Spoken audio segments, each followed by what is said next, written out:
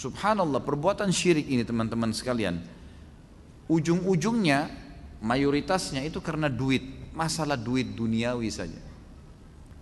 Kita lihat kuburan-kuburan yang disembah, yang didatang-datangin, urusannya duit. Hanya orang yang tidak takut kepada Allah, kemudian dia mau menyesatkan manusia, minta duit.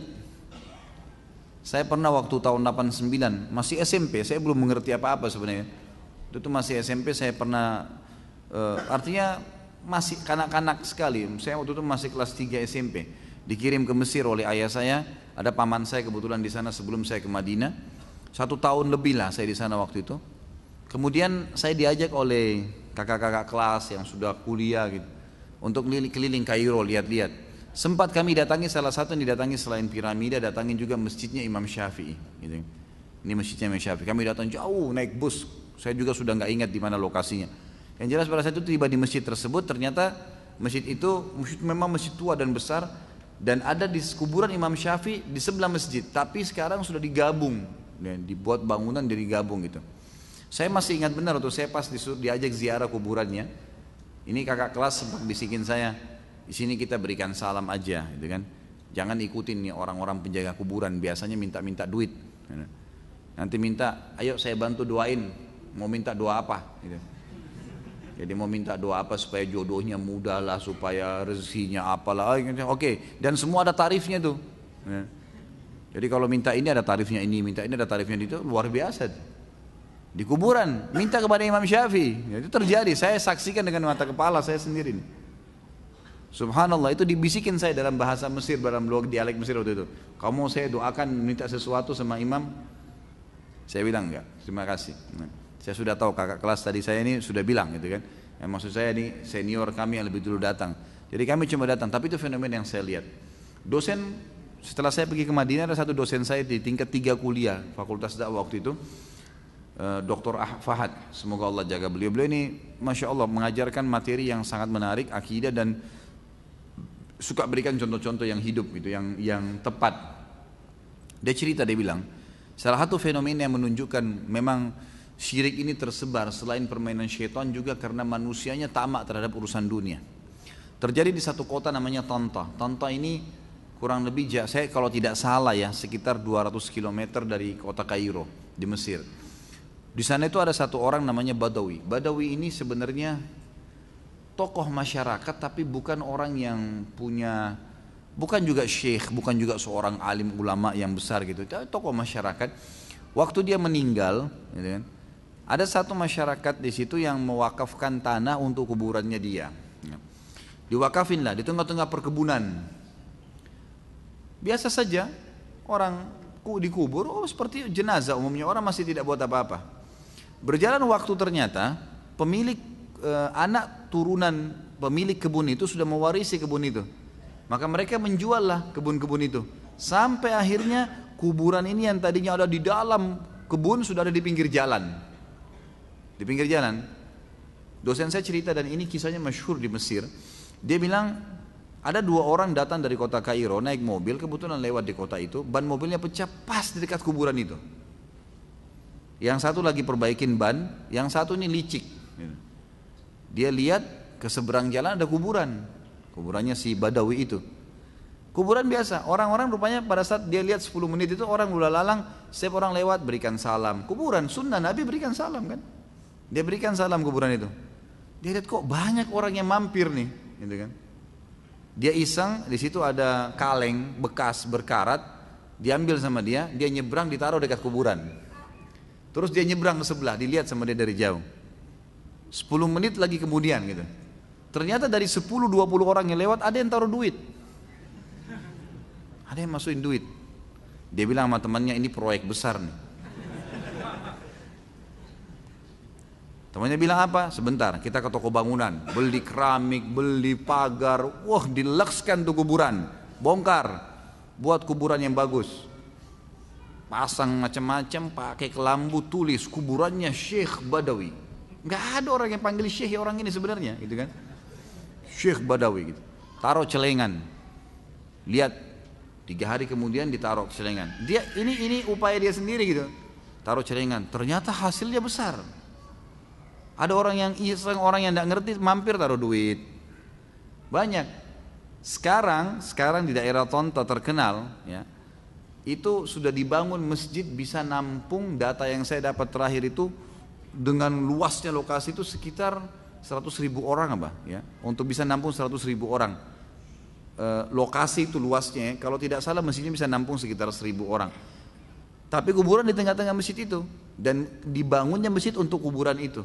Dan setiap hari sekarang itu dari uang celengan mereka mendapatkan sekitar 1 juta jenih, 1 miliar rupiah lah dapat duit dari celengan untuk dipakai.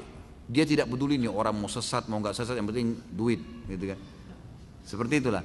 Subhanallah, saya keliling di beberapa di Indonesia juga tempat-tempat sama persis sama. Masalahnya ujung-ujungnya duit. Saya ke Gresik, semoga Allah kasih hidayah gitu. Diundang ceramah. Bertepatan saya masuk ke masjid, ramai orang yang datang untuk dengerin ceramah. Tapi dari sisi lain, di dekat tempat itu rupanya ada satu kuburan. Saya tidak tahu kuburannya siapa. Tapi di situ banyak bus-bus gitu. Wow, macet. Jadi macet di kuburan sana, macet juga di masjid yang kita isi taklim nih gitu. Terus saya tanya pengurus masjid, Pak, ini kemana sih mereka-mereka ini? Oh, ziarah kubur Ustaz, ada sunan siapa di sini. Oh begitu. Apa sih sebenarnya fenomenanya ini? Saya mau tahu nih. Nah ini dia bilang, ini travel ini yang orang-orang ini semoga Allah berikan hidayah. Jadi tidak berpikir masalah akhirat nih. Jadi mereka datangin kiai-kiai, kerjasama dengan beberapa kiai. Saya tidak tunjuk siapapunnya, tapi ini bahasa orang-orang situ sendiri. Jadi datang kepada beberapa kiai yang punya komunitas. Nih Pak Kiai, kita ajak ziarah yuk jamaah ke kuburan si fulan. Satu bus sekian puluh orang. Pak Kiai dapat satu orang 100.000. Negosiasi. Kalau datang itu satu hari bisa bolak-balik puluhan ratusan bus. Bolak-balik, apalagi di waktu tertentu. Yang penting Kiai bilang pergi sana. 100.000 per kepala, kali sekian ratus orang. Proyek. Tapi ini proyek api neraka. Alhamdulillah. Ini berbahaya sekali. Kuburan dalam Islam kita yang disuruh doain, kita yang disuruh berikan salam, bukan kita yang minta. Datang ke sana dibuatin program di dalam itu. Macam-macam programnya, ada ini, ada itu, ada ini, baca itu, ada yang sampai menginap, luar biasa. Allah musta'an. Semoga Allah kasih hidayah. Tapi rata-rata begitu. Saya pernah ke Banten, tidak sengaja mampir ke masjid. Satu masjid begitu, sholat. Habis sholat ada satu ruangan, tua bangunannya gitu tua, ya, sudah tua sekali. Ada satu bapak duduk di depan, kayak pintu ditutup, tapi dia duduk di atas gitu. Saya lihat penasaran kok orang ini orang duduk di atas pintu itu, jadi hampir dekat dengan atapnya pintu itu. Dia duduk di situ. Saya perhatikan habis sholat saya lagi duduk, lagi nunggu teman saya selesai sholat. Saya lihat rupanya sekitar 15 menit lah setelah itu ya.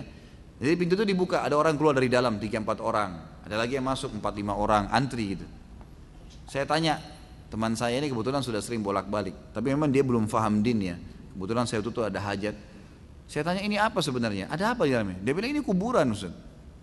Ini kuburan. Loh terus orang-orang masuk antri minta-minta di situ.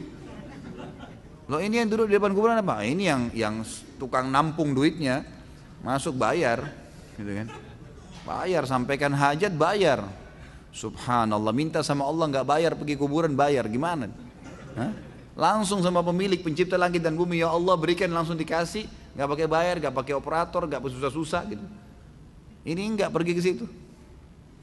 Saya pernah lihat juga fenomena yang lain. Semoga Allah kasih hidayah. Ini banyak fenomena di Indonesia nih. Saya di kota Makassar pernah nyebrang ke satu pulau, namanya Pulau Kayangan. Dipakai rekreasi biasanya. Saya pergi sana, nyebrang sekitar setengah jam mungkin naik speed, kemudian naik kapal, kemudian ke sana. Saya putar-putar lah sama teman saya, ada satu orang Mekah, Ali Ar-Rimi, dosen di UIN waktu itu, saya jalan sama-sama. Mutar-mutar jalan-jalan sambil ngelihat. Waktu itu kebetulan sunyi hari kerja, alhamdulillah nggak ada kemaksiatan, nggak ada acara apa-apa gitu. Tapi tidak sengaja saya kelilingin semua pulau itu, jalan kaki sama dia sambil ngobrol-ngobrol. Pas lewat di satu ada kuburan, subhanallah. Dibuatin kayak rumah dari kayu gitu, ada kelambunya di dalam, ada tulisan. Saya baca sendiri tulisannya tuh. ini kuburan syekh siapa gitu ditulis namanya. Siapa yang mau minta sesuatu hajat silahkan. Begitu tulisannya. Silahkan. Boleh minta itu. Ada kuburan. Ini kuburan orang alim. Dan itu ada penjaganya. Itu nanti bisa bayar, bisa segala. Seperti itulah. Intinya ini semua berhubungan dengan masalah urusan-urusannya duit. Jadi syaitan menyesatkan. Mereka juga mengambil manfaat-manfaat dunia yang sebenarnya tidak ada manfaatnya. Baik. Beliau mengatakan dan ayat-ayat mengenai dosa besar ini sangat banyak kata beliau. Karena itu barang siapa yang menyekutukan Allah kemudian dia mati dalam keadaan sebagai seorang musyrik, maka dia termasuk penduduk neraka secara qat'i, nggak bisa dibantah. Ini perkataan Imam Zahabi. Sebagaimana halnya orang yang beriman kepada Allah lalu mati dalam keadaan sebagai seorang mukmin, maka dia termasuk penghuni surga, sekalipun dia mungkin akan terlebih dahulu diadab di neraka kalau masih ada dosa-dosa yang dia lakukan dan tidak sempat taubat selain musyrik. Dan Nabi SAW pernah ditanya dalam sebuah hadis yang agung. Kata Nabi SAW, hadis ini diriwayatkan oleh Imam Bukhari dalam kitab Syahadat. Bab maqila fi syahada az-zur. Ya. Nomor 2654 Imam Muslim dalam kitabul iman. Bab bayamul kabair wa akhbariha. Nomor 87.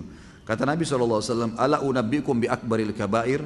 Maukah saya tunjukkan kalian induknya dosa-dosa besar sebanyak 3 kali. Thalathan. Qalu bala ya Rasulullah. Para sahabat mengatakan tentu ya Rasulullah, kami mau. Qala al-isyraku billah, kalian menyekutukan Allah. Jadi sudah saya kasih contoh-contohnya. Jadi ini Allah murka betul sama mereka. Wa uququl walidain, dan durhaka dengan kedua orang tua. Wa jalasa wa kana muttaki'an, dan beliau pada saat itu lagi ya baring, kemudian beliau duduk. Lalu beliau berkata, yang ketiga ala wa qauluz zur, sadarilah dan hati-hatilah dengan perkataan dusta. Qala fama zala yukarriruha hatta qulna laitahu sakat. Nabi SAW terus mengulangin perkataan tersebut, syirik kepada Allah, durhaka dengan orang tua, perkataan dusta, diulangin lagi. Syirik kepada Allah, durhaka dengan orang tua, terus dan perkataan dusta. Kata para sahabat sampai kami berharap Nabi SAW diam. Karena terus beliau ingatkan, hati-hati, hati-hati, ini berbahaya, gitu kan? Sampai ulama mengatakan syaitan lebih senang dengan perbuatan syirik daripada zina 1000 kali, bahkan ribuan kali. Lebih senang daripada riba sekian ribu kali, mencuri, membunuh. Karena syirik ini sudah luar biasa. Langsung kalau syirik besar mengulangi syahadatnya. Ini nggak bisa. Berbahaya sekali.